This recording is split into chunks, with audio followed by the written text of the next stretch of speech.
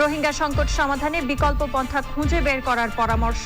আন্তর্জাতিক আদালতে মিয়ানমারের অবস্থান দুর্বল থাকায় এখনই সময় মন্তব্য। জলবায়ু পরিবর্তন মোকাবেলায় $100 বিলিয়ন তহবিল যথেষ্ট নয় দাবি। কার্বন নিঃসরণ কমাতে সৌরচালিত সেচ ব্যবস্থায় বিনিয়োগের আহ্বান। এবং উৎপাদন থেকে খাওয়া পর্যন্ত ভালো অভ্যাস পালনে নীতি নির্ধারক ও বিশেষজ্ঞদের পরামর্শ। নিরাপদ খাদ্য আইন নিয়ে মতবিনিময়।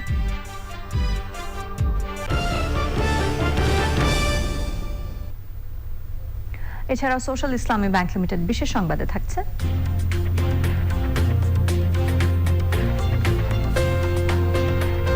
15 নভেম্বর থেকে ভারতে বাংলাদেশিদের জন্য আবারও ট্যুরিস্ট ভিসা চালু হওয়ার খবর।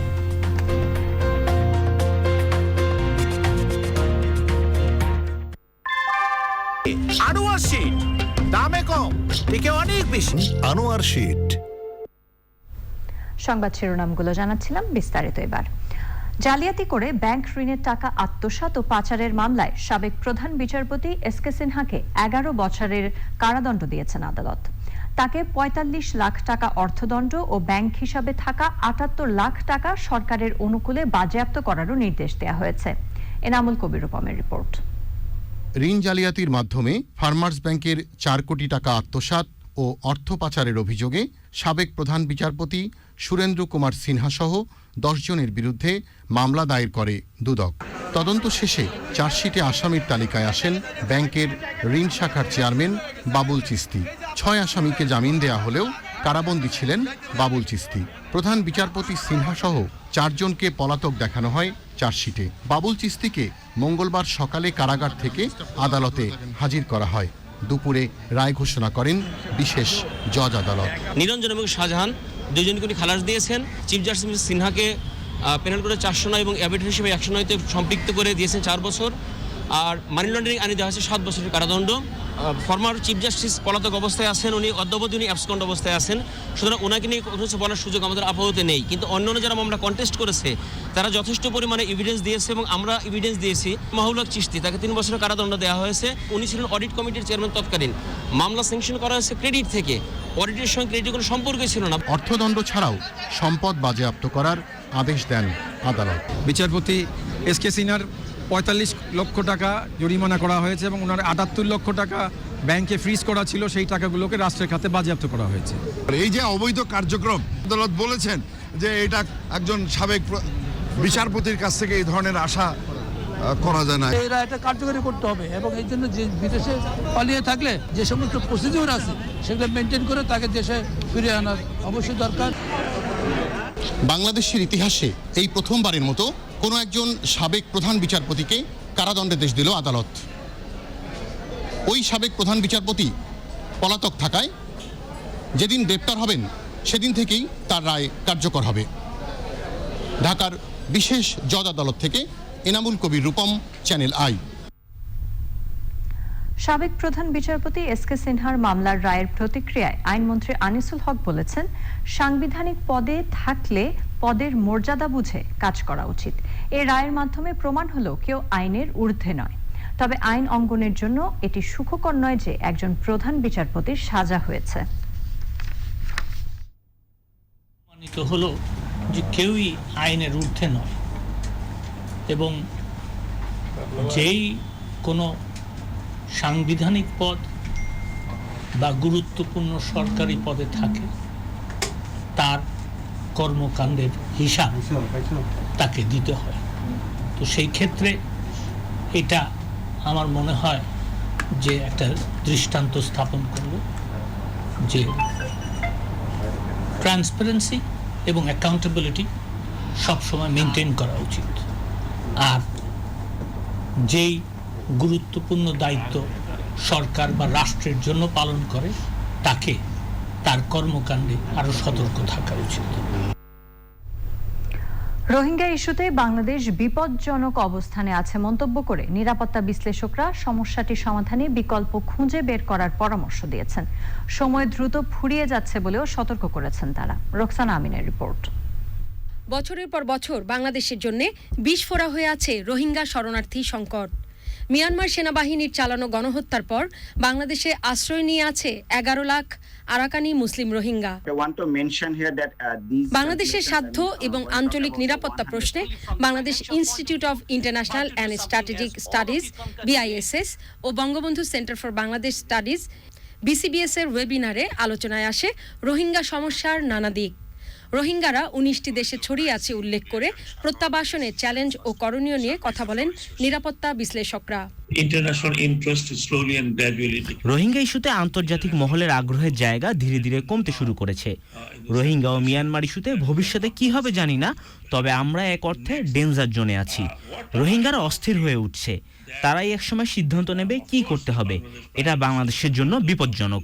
এই সংকট সমাধানে আমাদের অবশ্যই বিকল্প কিছু ভাবতে হবে। আমি মনে করি মিয়ানমারের সাথে বাংলাদেশ কূটনৈতিক সম্পর্কের দিক দিয়ে কঠিন সময় পার করছে। বাংলাদেশের এখনই এই সংকট সমাধানে মুখ খুলতে হবে। শুধু আন্তর্জাতিক সম্প্রদায়ের হাতে আমাদের ভবিষ্যৎ ছেড়ে দেয়া যাবে না। পার্শ্ব দেশ হিসেবে মিয়ানমারের সাথে কূটনৈতিক সম্পর্ক রেখেই এই সংকট সমাধান করতে হবে। আন্তর্জাতিক সম্পর্ক বিশ্লেষকরা বলছেন, গণহত্যার জন্য আন্তর্জাতিক আদালতে মিয়ানমারের সেনাবাহিনী দুর্বল অবস্থায় আছে। ফলে বাংলাদেশের জন্য এখনই সময় উদ্যোগী হওয়ার। দয়া করে মিয়ানমারের গণহত্যা ও মানবাধিকারের প্রশ্নে বিশ্বের সুশীল সমাজকে যুক্ত করুন। আন্তর্জাতিক মানবাধিকার কর্মীদের নিয়ে আসুন। তারাই মিয়ানমার সরকারকে চাপ দেবে কি করতে হবে কি হবে না। রোহিঙ্গা ইস্যুতে মিয়ানমার সেনাবাহিনী বর্তমানে মানসিকভাবে দুর্বল অবস্থানে আছে। বাংলাদেশের জন্য এখনই সময় তাদের উপর চাপ প্রয়োগ করার। সংকট সমাধানে জাপান ও ভারতের সহযোগিতা নেয়ারও পরামর্শ উঠে এসেছে আলোচনায়। রোকসানা আমিন, চ্যানেল আই, ঢাকা। জলবায়ু পরিবর্তন মোকাবেলায় $100 বিলিয়ন তহবিল যথেষ্ট নয়।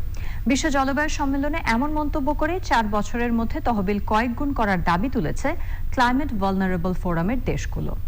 কার্বন নিঃসরণ কমাতে সেচ ব্যবস্থা সৌরচালিত করার পরিকল্পনা বাস্তবায়নে বিনিয়োগের আহ্বান জানিয়েছে বাংলাদেশ। গ্লাসগো থেকে শমিক আহমেদের রিপোর্ট। জাতিসংঘ বিশ্ব জলবায়ু সম্মেলনে নবায়নযোগ্য জ্বালানির প্রযুক্তি বিনিময় নিয়ে আলোচনা চলছে নানা ফোরামে। বাংলাদেশ প্যাভিলিয়নে ডিজেল নির্ভর সেচ ব্যবস্থাপনা থেকে পরিবেশ বান্ধব সৌরশক্তি চালিত পাম্প প্রযুক্তি তুলে ধরে উন্নয়ন সংস্থা ইটকল। অন্য আয়োজনে বাংলাদেশে ক্লিন এনার্জি উৎপাদনে লক্ষ্য তুলে ধরে জ্বালানি মন্ত্রণালয়। ডিজেল রান ইরিগেশন পাম্পগুলোকে যদি আমরা রিপ্লেস করতে পারি সোলার ইরিগেশন পাম্প দিয়ে, তাহলে হবে কি একটা সোলার ইরিগেশন পাম্প সেটি 20 বছর চলবে। যদি আমরা সমস্ত ডিজেল পাম্পগুলোকে সোলার ইরিগেশন পাম্প দিয়ে রিপ্লেস করতে পারি, তাহলে এটি আমাদের দেশকে যেমন উপকৃত করবে, একইভাবে এটি ধরিত্রীকেও উপকৃত করবে, কারণ ধরিত্রীর কার্বন এমিশন কমবে। তো এই জন্য সবাইকে অনুরোধ জানিয়েছি এই খাতে যেন তারা বিনিয়োগ করে। সম্মেলনে প্রত্যাশা, প্রাপ্তি ও বাস্তবতা নিয়ে সংবাদ সম্মেলন করেছে বাংলাদেশ। জলবায়ু পরিবর্তন মোকাবেলায় রাষ্ট্রীয় নানা উদ্যোগ তুলে ধরে কিছু সুপারিশ তুলে ধরে বাংলাদেশ। 1.5 নিয়ে নেগোশিয়েট করার কোনো সুযোগ নাই এবং এটা আমাদের জন্য কোনো আইডিয়াল অবস্থান না। তারপরেও দর কষাকষির খাতিরে বাস্তবতার আলোকে আপাতত আমরা এটা মেনে নিচ্ছি। আরেকটা পয়েন্ট হচ্ছে যে 100 বিলিয়ন যে ফাইন্যান্স, এটা আমরা মনে করি 2024 সালের পর এটাকে আরও বহুগুণ বাড়াতে হবে। গ্রিন হাউস গ্যাসের নিঃসরণ বা কার্বনের নিঃসরণ একটা সহনীয় পর্যায়ে নিয়ে আসে এবং সেইটাতেও কিন্তু আমরা ফেল করে যাব। শুধু প্যারিস বাস্তবায়ন হয় না সেটা না, আমরা যে মূল চুক্তি যেটা সই করেছিলাম ট্রিটি 92 সালে, সেটাও ব্যর্থ হয়ে যায়। পরিবেশ ভিত্তিক সমাধানের নানা বিষয় নিয়েও আলোচনা চলছে। নানা বিষয়ে নিয়ে আলোচনার ফাঁকে ফাঁকে যেটা সবচেয়ে বেশি গুরুত্ব পাচ্ছে সেটা হলো নেচার বেসড সলিউশন। নেচারের জন্য ভালো এই ধরনের সমাধানগুলোই কিন্তু বের করতে হবে। যেমন আমাদের ম্যানগ্রোভ একটি উপকূল অঞ্চলে, সেটা নিয়ে কিন্তু প্রশংসিত হয়েছে নানা ফোরামে। বাংলাদেশ কিন্তু নেচার বেসড সলিউশনের কাজ কিন্তু শুরু করে দিয়েছে এই ম্যানগ্রোভের মাধ্যমে অনেক আগেই, এবং এখন আরও জোরে সোরে এটা চালিয়ে যেতে হবে এবং এগিয়ে নিয়ে যেতে হবে। আর পাশাপাশি সোলারের পাওয়ার দিয়ে যে সেচের ব্যবস্থা এবং কৃষি কাজের জন্য যে সোলারের যে ব্যবহার, সেই ব্যবহারটাও কিন্তু বাড়ানোর ব্যাপারে কথা হয়েছে। আসলে নেচার থেকেই কিন্তু সলিউশন আমাদের নিতে হবে এবং নেচারের সলিউশনই কিন্তু আলটিমেটলি সমাধান আমাদের এই পৃথিবীটাকে ভালো রাখার জন্য। বিশ্ব জলবায়ু সম্মেলন শেষের দিকে। এখন পর্যন্ত প্রযুক্তি বিনিময় ও অর্থ ছাড়ের বিষয়ে তেমন কোনো নিশ্চয়তা আসেনি। তবে এখনই হতাশ হতে চায় না বাংলাদেশ। ধরিত্রীর বৃহৎ স্বার্থে বিশ্ব নেতারা এক হবেন, এমনটি মনে করছে ক্লাইমেট ভার্নালেবল ফোরামের সদস্যরা। স্কটল্যান্ডের গ্লাসগো থেকে সৌমিক আহমেদ, চ্যানেল আই। উৎপাদন পর্যায় থেকে ভোক্তার প্লেট, পুরো প্রক্রিয়ায় স্বীকৃত ভালো অভ্যাসগুলো পালনের মাধ্যমে কেবল খাদ্য নিরাপত্তা নিশ্চিত করা যাবে। নিরাপদ খাদ্য নিয়ে রাজধানীতে আলোচনায় নির্ধারক এবং বিশিষ্টজনেরা এমন মন্তব্য করে বলেছেন, কৃষক, বাজারজাতকারী, পাচক, সরবরাহকারী, বিক্রেতা ও আইন প্রয়োগকারী সংস্থা সবার মধ্যে সমন্বয় করতে হবে। রিজভিন আওয়াজের রিপোর্ট। বিশ্ব স্বাস্থ্য সংস্থার রিপোর্ট বলছে, বাংলাদেশে প্রতি 10 জনে একজন অনিরাপদ খাবার খেয়ে অসুস্থ হন। মারা যান বছরে প্রায় 4,20,000 মানুষ। খাদ্য নিরাপদ না হলে ডায়রিয়া থেকে ক্যান্সারের মতো নানা ধরনের 200 রোগের ঝুঁকি তৈরি হয়। দ্য সেফ ফুড ইম্পারেটিভ নামের রিপোর্টে বিশ্বব্যাংক দেখিয়েছে, অনিরাপদ খাদ্যের কারণে বাংলাদেশে বছরে প্রায় 13,000 কোটি টাকা সমান উৎপাদনশীলতা হারাচ্ছে। এ প্রেক্ষাপটে 2013 সালের নিরাপদ খাদ্য আইন ও বিধি সম্পর্কে মানুষকে সচেতন করতে গণমাধ্যমের সাথে নিরাপদ খাদ্য কর্তৃপক্ষের মত বিনিময়। এই সচেতনতা তৈরি করার জন্য গণমাধ্যমের সহযোগিতা, গণমাধ্যমকে অসহযোগিতা করার কোনো কারণ নেই। সহযোগিতা তো করবই, তবে তার জন্য কিছু সুনির্দিষ্ট জিনিসপত্র কিন্তু করতে হবে। এখান থেকে উৎপাদিত হয়ে খাদ্যটি আপনার টেবিলে আসছে, সেই জায়গাটি নিরাপত্তা নিয়ে কথা বলাটা অনেক বেশি দরকার। যদি আমি ফসলের কথা বলি, শাক সবজি, ফল মূল, ধান, চাল, কৃষক ফসলকে রক্ষা করার জন্য নানান ধরনের কীটনাশক ব্যবহার করে। এটা দোষের কিছু নয়, কিন্তু কীটনাশকটা ব্যবহার করে না জেনে মাত্রাতিরিক্ত, স্বাভাবিক কারণে সেই খাদ্যটা তখন আর নিরাপদ থাকে না। মিডিয়া ক্যাম্পেইনে বিনিয়োগ করা দরকার তাদের। আলোচনায় আইন প্রয়োগ নিয়ে নৈরাজ্যের কথা তুলে ধরেন অংশীজনেরা। 12টা অথরিটি আমাদেরকে মনিটরিং করে না, শুধু জুলুম করে, নির্যাতন করে। নিরাপদ খাদ্য, ভোক্তা অধিকার, আপনার ভেজাল বিরোধী অভিযানের নামে র্যাবের কখনো যাচ্ছে বিএসটিআই, কোনো সমন্বয় নাই। আইন সম্পর্কে মানুষকে ভালো মতো না জানিয়ে তার প্রয়োগ করা সমীচীন নয়, মনে করেন নীতি নির্ধারকরা। আমাদের এই বিধিবিধানগুলোর মধ্যে কি আছে, এইটা বাস্তবে প্রয়োগ করতে গেলে কার ঘাড়ে কি ধরনের খড়গ নেমে আসতে পারে, সেটা যদি আমি আগে না জানাই, তাহলে সেটি কিন্তু ফেয়ার হয় না। একটা রাষ্ট্রের পক্ষে সেটি অনৈতিক। আমরা যদি কেউ খাবারের ব্যবসায়ী হয়ে থাকি, আমার দ্রব্যটা আমি ভেজাল দিয়ে বিক্রি করছি, সেই পয়সা দিয়ে কিন্তু আমি আরও 5টা ভেজাল জিনিস কিনে নিয়ে এসে খাচ্ছি। সেইখানে কি আমরা কোনো সময় নিজেরা নজর দিচ্ছি? আলোচনায় মূল প্রবন্ধ উপস্থাপন করেন ঢাকা বিশ্ববিদ্যালয়ের রসায়ন বিভাগের অধ্যাপক ডক্টর মোহাম্মদ ইকবাল রউফ মামুন। রিজভিন আওয়াজ, চ্যানেল আই, ঢাকা। এবার ঐক্য.com.bd আই স্পোর্টস।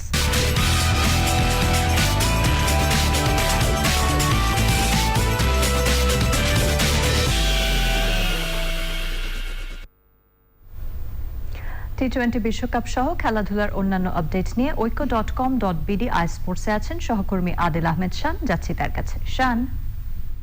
বুশরা, ধন্যবাদ আপনাকে। দর্শক, স্বাগত জানাচ্ছি ঐক্য.com.bd আই স্পোর্টসে।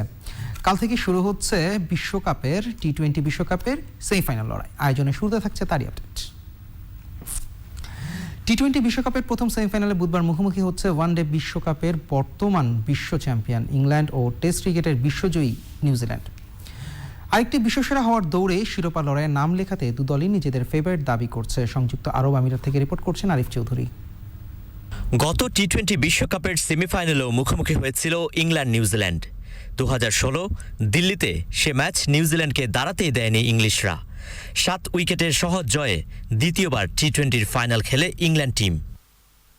5 বছর আগের সে ম্যাচের নায়ক ওপেনার জেসন রয় এবারও ঝড় তোলার অপেক্ষায় ছিলেন তিনি।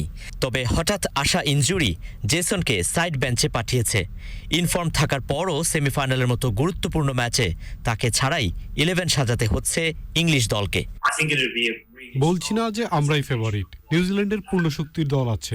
ইনজুরির সমস্যা আমাদের বেশ ভুগিয়েছে, তবে আমরা ভালো ক্রিকেট খেলছি। তারা আমাদের বিপক্ষে সব ধরনের সুযোগই কাজে লাগাতে চাইবে।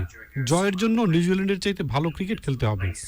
টি-20 ক্রিকেটের পরিসংখ্যান বলছে নিউজিল্যান্ডের বিপক্ষে পরিষ্কার এগিয়ে ইংল্যান্ড। 21 বারের দেখায় 12 বার জয় ইংলিশদের, 7 বার নিউজিল্যান্ডের, একটি করে ম্যাচ টাই ও পরিত্যক্ত। তবে 2019 বিশ্বকাপের ফাইনালে হারের তিক্ততা মনে করিয়ে দিয়ে অধিনায়ক উইলিয়ামসনও এখনকার মোমেন্টাম কাজে লাগাতে চাইছেন। যদিও গ্রুপ পর্বে সেরা পারফরমেন্স দেখেই শেষ 4-এ জায়গা করেছে কিউইরা। তাদের মতো আমাদেরও ম্যাচ উইনার পারফর্মার আছে, তবে নির্দিষ্ট দিনে নির্দিষ্ট পরিকল্পনা কাজে লাগাতে হয়। এটা টি-20তে খুবই গুরুত্বপূর্ণ। জেসন রয়ের না থাকাটা আমাদের জন্য সুবিধার নয়, এটা আপনাদের বোঝা উচিত। তবে প্রতিদ্বন্দ্বিতাপূর্ণ একটা ম্যাচ হবে, এটা নিশ্চিত। আবুধাবির মাঠে বিশ্বকাপের প্রথম সেমিফাইনাল শুরু হবে বাংলাদেশ সময় রাত 8টায়। ইংল্যান্ড নিউজিল্যান্ড ম্যাচ মানে শেষ পর্যন্ত লড়াইয়ের আভাস, বহু নাটকের সম্ভাবনা। শেষ পর্যন্ত কারা হাসবে শেষ হাসি? প্রথমবারের মতো টি-20 বিশ্বকাপের ফাইনাল খেলবে নিউজিল্যান্ড, নাকি টানা দ্বিতীয়বার টি-20 বিশ্বকাপের ফাইনালে যাবে England? Arif Chowdhury, channel I, সংযুক্ত আরব আমিরাত। টি-20 বিশ্বকাপের প্রথম সেমিফাইনালে নিউজিল্যান্ডকে হারিয়ে তৃতীয়বারের মতো ফাইনালে জায়গা করে নিতে চাইবে ইংল্যান্ড। আর কিউইদের লক্ষ্য থাকবে প্রথমবারের মতো টি-20 বিশ্বকাপের ফাইনালে ওঠা। সেই সাথে ইংল্যান্ডকে হারিয়ে 2019 ওয়ানডে বিশ্বকাপের ফাইনালে হারের প্রতিশোধ নেওয়ার সুযোগও কিউইদের সামনে। রিপোর্ট করছেন সাদি Mahmud. They're going to push. Are we in for a super over? They've got to go quick. They've got to go quick. Out. I'm sure he's out. Zimbabwe 3 ম্যাচের ওয়ানডে সিরিজ। বুলাওয়েতে ম্যাচগুলো হবে 11, 13 ও 15 নভেম্বর। শনিবার জিম্বাবুয়েতে পৌঁছানোর পর মঙ্গলবারই প্রথম অনুশীলন করেছে বাংলাদেশ দল। বাছাই পর্বে এই গ্রুপে খেলবে বাংলাদেশ। 21 নভেম্বর পাকিস্তানের বিপক্ষে প্রথম ম্যাচ। 23 তারিখ যুক্তরাষ্ট্র এবং 25 তারিখ থাইল্যান্ড ও 29 তারিখ স্বাগতিক জিম্বাবুয়ের বিপক্ষে খেলবে বাংলাদেশ। আবারও টি-20 বিশ্বকাপ প্রসঙ্গ, বাংলাদেশের সাকিব আল হাসান ও নামিবিয়ার ডেভিড ওয়েইসকে পিছনে ফেলে ইন্টারন্যাশনাল ক্রিকেট কাউন্সিল আইসিসির অক্টোবরের প্লেয়ার অব দ্য মান্থ জিতে নিয়েছেন পাকিস্তানের হার্ড হিটার আসিফ আলী। চলমান টি-20 বিশ্বকাপে নিউজিল্যান্ডের বিপক্ষে ম্যাচ শেষে 12 বলে 24 রান দরকার ছিল পাকিস্তানের। 19তম ওভারে পরপর 4টি 6 মেরে 1 ওভার আগেই দলের জয় নিশ্চিত করেন আসিফ আলী। রাতারাতি আইসিসির নজরে চলে আসেন আসিফ।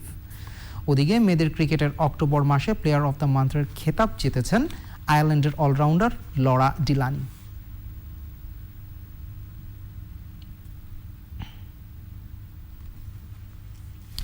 দর্শক, এই ছিল eco.com.bd স্পোর্টসে। আপনাদেরকে আবারও ফিরে যাচ্ছে বুশরার কাছে মূল সংবাদে। ধন্যবাদ চান আপনাকে।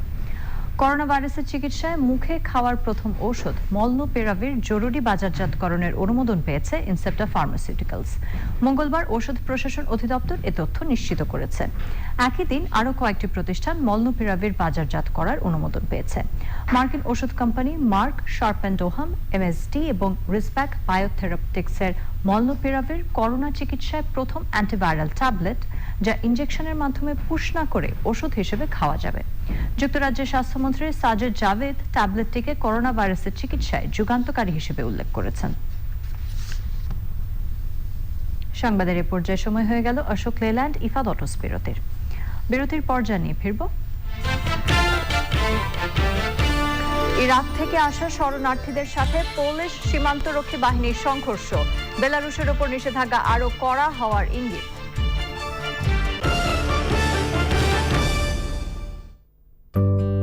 সারাদিনের ব্যস্ততায় ত্বকের যত্ন নেওয়ার সময় কই, ফলাফল শুষ্ক ত্বক। এজন্য আমার চাই ভ্যাসলিন ডিপ রেস্টোর। এতে আছে ভ্যাসলিন জেলি, যা প্রচন্ড শীতেও ত্বকে দেয় 6 গুণ দীর্ঘস্থায়ী ময়শ্চারাইজেশন আর দেয় সুস্থ ও সতেজ ত্বক সারাদিন। আমার কাজ তো শেষ, কিন্তু ভ্যাসলিনের কাজ চলছে। আপনার চুল কিভাবে সাজাবেন এটা কে ঠিক করে? ফেটে যাওয়া চুল নাকি ঝরে পড়া চুল? সরকারি বাসভবন এলিসি প্রাসাদে যান শেখ হাসিনা। সেখানে প্রেসিডেন্সিয়াল গার্ডের সজ্জিত দল তাকে গার্ড অব অনার প্রদান করে।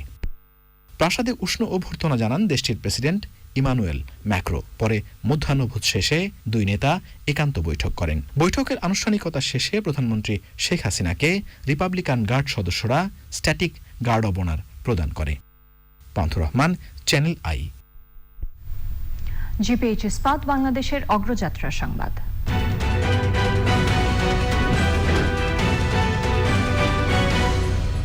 নির্মাণে প্রচলিত স্টিল বেছে নেবেন নাকি বেছে নেবেন এশিয়ার প্রথম কোয়ান্টাম ইলেকট্রিক আর্ক ফার্নেসে তৈরি বিশ্ব সেরা স্টিল? জিপিএইচ ইস্পাত, দৃঢ়তার প্রতিশ্রুতি। বিনামূল্যে প্রশিক্ষণ শেষে চাকরির নিশ্চয়তা। এমনই একটি প্রকল্প বাস্তবায়ন করছে অর্থ মন্ত্রণালয়। সংশ্লিষ্ট অ্যাসোসিয়েশন কিংবা চেম্বারের মাধ্যমে এ ধরনের প্রশিক্ষণ দিয়ে তাদের মাধ্যমে তরুণ তরুণীদের চাকরির ব্যবস্থা করা হচ্ছে। 2014 সাল থেকে এ পর্যন্ত প্রায় 4.5 লাখ মানুষ এই প্রকল্পের আওতায় প্রশিক্ষণ নিয়েছেন এবং চাকরি পেয়েছেন 3,22,000 জন। এ ধরনের প্রকল্প আরো বাড়ানোর অনুরোধ করেছেন উদ্যোক্তারা। রিজভিনা বাজের রিপোর্ট। প্রশিক্ষণের মাধ্যমে দক্ষ জনশক্তি তৈরি এবং চাকরিরতদের দক্ষতা উন্নয়নে কাজ করছে skills for employment investment programme SEIP। এশীয় উন্নয়ন ব্যাংক ADB ও সুইজারল্যান্ড সরকারের বিশেষায়িত সংস্থা SDCর সহযোগিতায় 3,712 কোটি টাকার প্রকল্পটি মেয়াদ 2024 সাল পর্যন্ত। না, কোনো টাকা লাগে না। এখান থেকে কর্মশিক্ষা অপারেটর হতে পারে, তখন ওই টাকা যদি আমি উপার্জন করতে পারি তখন আমার ছেলে মেয়েকে আমি মাদ্রাসায় আলেম বানানোর আমার আশা। হেল্পার কোনো জায়গায় নিতে চায় না, অপারেটর হলে আর কি চাকরিটা সুবিধা হয় করতে। 95% চাকরি পেয়েছি। তৈরি পোশাক সহ বিভিন্ন ট্রেডে হাতে কলমে ট্রেনিং পাচ্ছেন তরুণ তরুণীরা। আমাদের হিউজ পরিমাণ মাইগ্রেশন হয়, ওয়ার্কাররা এক জায়গা থেকে অন্য আরেকটা ফ্যাক্টরিতে চলে যায়। তো সেই দিক থেকে একটা স্টেবল একটা জায়গা থেকে আমরা যে ওয়ার্কার পাচ্ছি, যে একটা নির্দিষ্ট একটা ট্রেনিং সেন্টার থেকে যে পাচ্ছি, এটা অবশ্যই আমাদেরকে সহযোগিতা করছে। ইন্ডাস্ট্রি যদি গ্রো করতে হয় এবং ইনশাল্লাহ ইট উইল গ্রো, দেন আমরা সিরিয়াসলি লেবার ক্রাইসিসে পড়বো। And it is already happening. এইখানে গভর্নমেন্টের এবং স্টেক হোল্ডারদের ইনভেস্টমেন্ট বাড়ানো উচিত। প্রকল্পটি 2024 সালে শেষ হওয়ার কথা থাকলেও ভিন্ন নামে কার্যক্রম চালিয়ে যাওয়ার কথা চিন্তা করছে সরকার। আমার এই প্রজেক্ট তো আর চিরদিন থাকবে না, প্রজেক্ট শেষ হয়ে যাবে, কিন্তু এই প্রজেক্টের মাধ্যমে আমরা প্রথম কথা হলো যে দক্ষতা প্রশিক্ষণে একটা মোমেন্টাম তৈরি করে দিচ্ছি, প্লাস আমরা এমন কিছু ইনস্টিটিউশনাল বিল্ড আপে হেল্প করছি যেটা এর পরেও থেকে যাবে। আমরা বাসিকে টোটাল একটা ট্রেনিং ইনস্টিটিউট তৈরি করার জন্য সাপোর্ট দিই, সেখানে 4 তলা একটা ট্রেনিং ভবন তৈরি করবে। বিটাকের তেজগাঁয়ে যে ক্যাম্পাস আছে সেখানে আমরা একটা মাল্টি স্টোরি ট্রেনিং একাডেমি তৈরি করে দিচ্ছি। বাছাই করা 3-4টা TTC-কে আমরা কিছুটা সাপোর্টের মাধ্যমে ওদের ট্রেনিং ইনফ্রাস্ট্রাকচার আপগ্রেড করার জন্য হেল্প করছি। SEIP প্রকল্পের আওতায় 8,20,000 জনকে প্রশিক্ষণ দেওয়ার লক্ষ্য ঠিক করা হয়। প্রশিক্ষণার্থী নির্বাচিত হয়েছেন 6,16,241 জন। অক্টোবর পর্যন্ত প্রশিক্ষণ পেয়েছেন 4,48,009 জন। চাকরি পেয়েছেন 3,22,000 মানুষ। রিজভিনা ওয়াজ, channel I, Dhaka.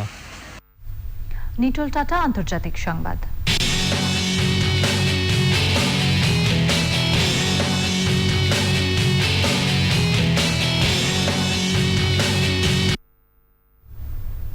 Poland Belarus সীমান্তে ইরাক থেকে আসা শরণার্থীদের সাথে পোলিশ সীমান্তরক্ষী বাহিনীর ব্যাপক সংঘর্ষ হয়েছে।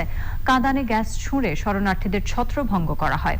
পোল্যান্ডের অভিযোগ, বেআইনিভাবে পোল্যান্ডে ঢোকার ব্যবস্থা করে দিচ্ছে বেলারুশ। ইউরোপীয় ইউনিয়নে বিশৃঙ্খলা ও চাপ সৃষ্টি করতেই তারা এটা করছে। ইউরোপীয় ইউনিয়নের প্রধান উর্সুলা ফন ডেয়ার লায়েনও একই অভিযোগ করেছেন। বেলারুশের ওপর নিষেধাজ্ঞা আরো কড়া হতে পারে বলে ইঙ্গিত দিয়েছেন তিনি। মঙ্গলবার এই বিষয়ে ইউর একাধিক দেশের সাথে তার বৈঠক করার কথা রয়েছে। জার্মান পররাষ্ট্রমন্ত্রীও একই অভিযোগ এনে পোল্যান্ডকে সব ধরনের সাহায্যের আশ্বাস দিয়েছেন। সোশ্যাল ইসলামী ব্যাংক লিমিটেড বিশেষ সংবাদ।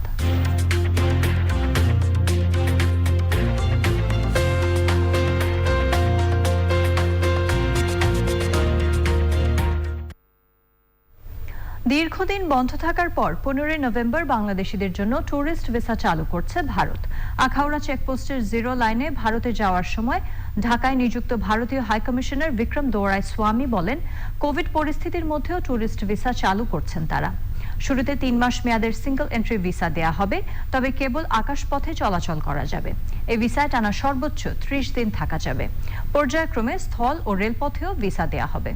আখাউড়া আগরতলা রেল লাইনের কাজ বন্ধ থাকার বিষয়ে হাইকমিশনার বলেন, অর্থ পরিশোধ জটিলতায় এই মুহূর্তে কাজ বন্ধ থাকলেও শীঘ্রই আবার কাজ শুরু হবে। এবার রয়েছে অর্থনীতি সংবাদ।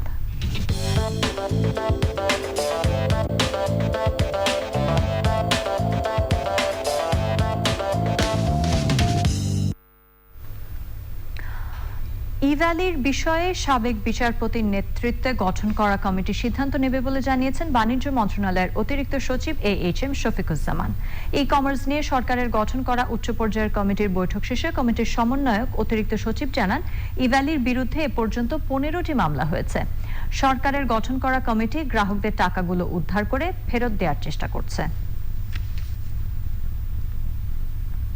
ইন্ডি ক্যাফে গ্লোবাল সিল্ক সিটি সংবাদ।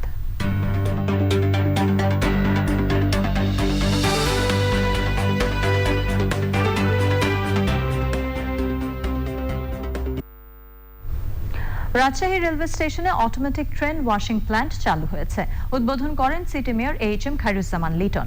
অনুষ্ঠানে সভাপতিত্ব করেন বাংলাদেশ রেলওয়ে পশ্চিমাঞ্চলের মহাব্যবস্থাপক মিহির কান্তি গুহ। বাংলাদেশ রেলওয়ের জন্য মিটার গেজ ও ব্রড গেজ যাত্রীবাহী কোচ সংগ্রহ প্রকল্পের আওতায় নতুন স্থাপিত অটোমেটিক ট্রেন ওয়াশিং প্ল্যান্টের মাধ্যমে অল্প সময়ে ট্রেনের দুপাশ, ছাদ এবং আন্ডার গিয়ার পরিষ্কার করা যাবে। প্ল্যান্টে প্রতিদিন কমপক্ষে 1 লাখ লিটার পানি সাশ্রয় হবে এবং ব্যবহৃত পানির 70% রিসাইকেল করে পুনরায় ব্যবহার উপযোগী করা যাবে। যুক্তরাষ্ট্র থেকে সংগৃহীত এই প্ল্যান্ট অটোমেটিক ও ম্যানুয়াল দুই মোডেই অপারেট করা যায়। গড়ে 10 মিনিটে 14 কোচের একটি ট্রেন পরিষ্কার করা যাবে। পূবালী ব্যাংক লিমিটেড কৃষি সংবাদ।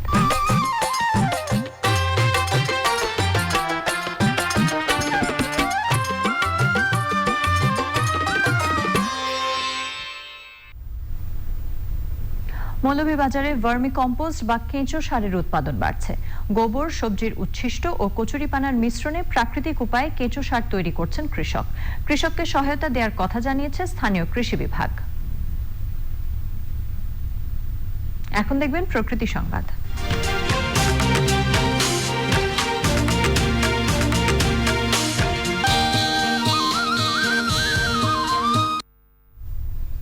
কচুরিপানায় মজে মেহেরপুরের ভৈরব নদের পানি জীববৈচিত্র্যের জন্য হুমকি হয়ে দাঁড়িয়েছে।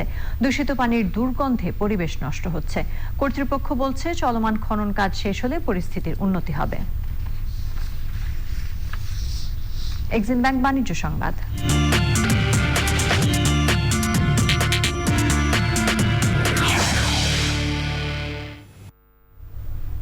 ঢাকা স্টক এক্সচেঞ্জে লেনদেনে ঊর্ধ্বমুখী প্রবণতা দেখা গেছে। আগের কার্যদিবসের চেয়ে ডিএসইএক্স সূচক 68 পয়েন্ট বেড়ে ৬,৮৬৮ পয়েন্টে দাঁড়িয়েছে।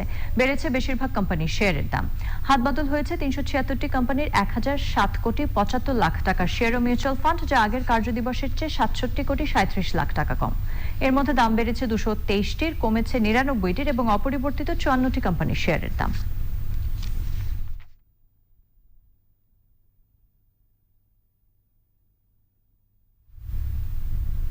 আবারও সময় হয়ে গেল অশোক লেল্যান্ড ইফাদ অটোস বিরতির পর জানিয়ে ফিরব। লক্ষ্মীপুরে শিশুদের নিউমোনিয়া ও ভাইরাস জনিত রোগ বাড়ছে। জনবল সরঞ্জাম সংকটে চিকিৎসা দিতে হিমশিম খাচ্ছে হাসপাতাল কর্তৃপক্ষ।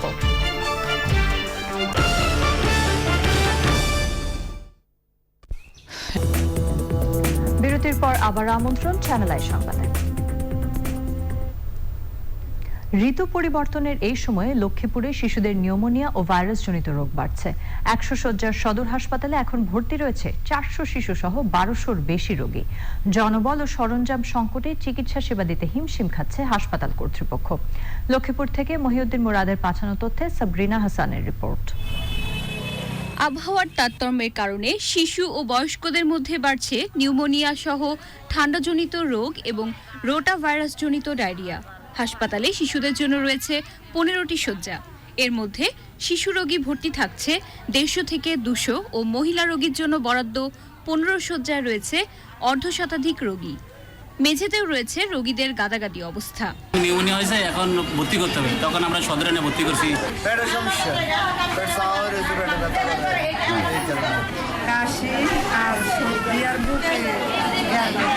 মা বাচ্চারা লই থাকবে যে জায়গা না, একটা সাইডে যদি 4টা বাচ্চা থাকে তাহলে ওরা কিভাবে আরো তো দিন দিন বেশি নরম হয়ে যায়, অসুস্থ হয়ে যায়।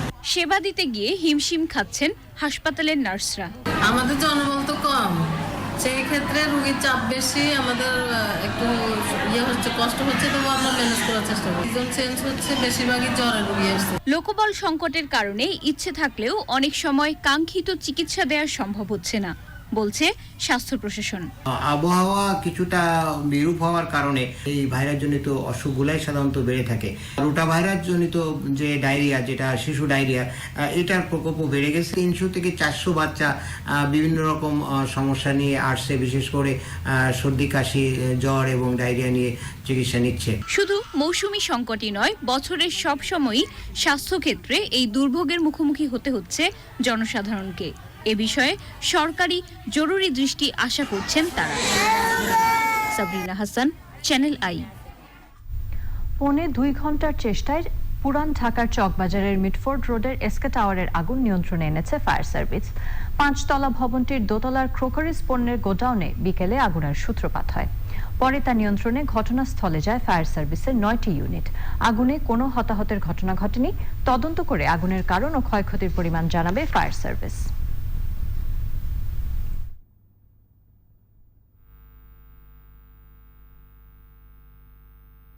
সাধারণত ইলেকট্রিসিটির শর্ট সার্কিট কিংবা ওপেন যে আগুন, বিড়ি সিগারেট, এই ধরনের আগুন থেকেই আগুন লাগতে পারে বলে আমার ধারণা। তবে আমরা এটা রেখে দিচ্ছি, আমরা তদন্ত করে আমরা আসলে নিশ্চিত কারণটা আপনাদেরকে বলবো। ইলেকট্রোমার্ট লিমিটেড ও ট্রেড ইন্টারন্যাশনাল ইন্ডাস্ট্রিজের ট্যুর পার্টনার সম্মেলন হয়েছে। কক্সবাজারে সম্মেলন উদ্বোধন করেন দুই প্রতিষ্ঠানের চেয়ারম্যান মোহাম্মদ নুরুন নেওয়াজ। উপস্থিত ছিলেন ইলেকট্রোমার্ট লিমিটেড ও ট্রেড ইন্টারন্যাশনাল ইন্ডাস্ট্রিজের ব্যবস্থাপনা পরিচালক নুরুল আমিন, উপব্যবস্থাপনা পরিচালক মোহাম্মদ নুরুচ্ছাপা মজুমদার, নুরুল আফসার ও নুরুল আজিম সানি এবং বিক্রয় ও বিপণন মহাব্যবস্থাপক মাহমুদুন নবী চৌধুরী। উজান বই আলোচনা প্রতিযোগিতায় বিজয়ী ও নির্বাচিতদের হাতে পুরস্কার তুলে দেওয়া হয়েছে। রাজধানীতে অনুষ্ঠানে প্রধান অতিথি ছিলেন সংস্কৃতি প্রতিমন্ত্রী KM খালিদ MP এবং বাংলাদেশে দক্ষিণ কোরিয়ার রাষ্ট্রদূত লি জ্যাংগুন। উজানের সমন্বয়ক সুলতান আহমেদের পরিচালনায় আয়োজনের সভাপতিত্ব করেন বাংলা একাডেমির মহাপরিচালক কবি মোহাম্মদ নুরুল হুদা। বিজয়ীদের মধ্যে প্রথম থেকে তৃতীয় স্থান অধিকারীদের হাতে পুরস্কারের চেক ও অভিনন্দন পত্র তুলে দেন অতিথিরা। স্বাধীনতার সুবর্ণ জয়ন্তী উদযাপনে বাংলাদেশ আনসার ও গ্রাম প্রতিরক্ষা বাহিনী চট্টগ্রাম অঞ্চল সমাবেশ এবং সাংস্কৃতিক অনুষ্ঠান করেছে। আনসার ও গ্রাম প্রতিরক্ষা বাহিনী চট্টগ্রাম অঞ্চলের পরিচালক মোহাম্মদ সাইফুজ্জামানের সভাপতিত্বে সমাবেশে অতিথি ছিলেন বাংলাদেশ আনসার ও গ্রাম প্রতিরক্ষা বাহিনীর উপমহাপরিচালক মোহাম্মদ শাহাবুদ্দিন। বক্তৃতা করেন 16 ব্যাটালিয়নের পরিচালক আব্দুল আওয়াল, 30 ব্যাটালিয়নের পরিচালক কামরুন নাহার, 32 ব্যাটালিয়নের পরিচালক ASM আজিমউদ্দিন এবং অন্যরা। পরে আনসার বাহিনীর কেন্দ্রীয় সাংস্কৃতিক দল সাংস্কৃতিক পরিবেশনা উপস্থাপন করে। আবারও সময় হয়ে গেল অশোক লেল্যান্ড ইফাদ অটোস বিরতির পর জানিয়ে ফিরব। 27 নভেম্বর ইন্ডিপেন্ডেন্স কাপ দিয়ে শুরু হচ্ছে নতুন ফুটবল মৌসুম। BPL এর আগেই হবে ফেডারেশন কাপ ফুটবল।